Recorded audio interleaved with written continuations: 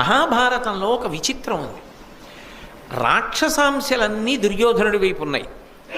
అన్ని రాక్షసాంశలున్నా దానితో పాటు కొన్ని ప్రధానమైనటువంటి దేవతాంశలు కూడా ఉన్నాయి యువతల వైపు. భీష్ముడు ఉన్నాడు. భీష్ముడు దేవతాంశ, వసువులలో వచ్చాడు ధర్మాత్ముడు. ద్రోణుడు ఉన్నాడు, గురువు యొక్క అంశ. కాబట్టి ఆయన దేవతాంశలో వచ్చినవాడు, ఆయన కూడా ధర్మం తెలిసినవాడు.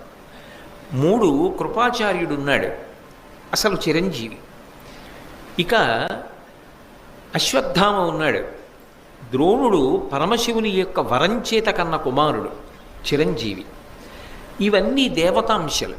అలాగే పైకి చూసినప్పుడు కర్ణుడు కూడా సూర్యుని యొక్క అనుగ్రహ విశేషం చేత జన్మించినవాడు.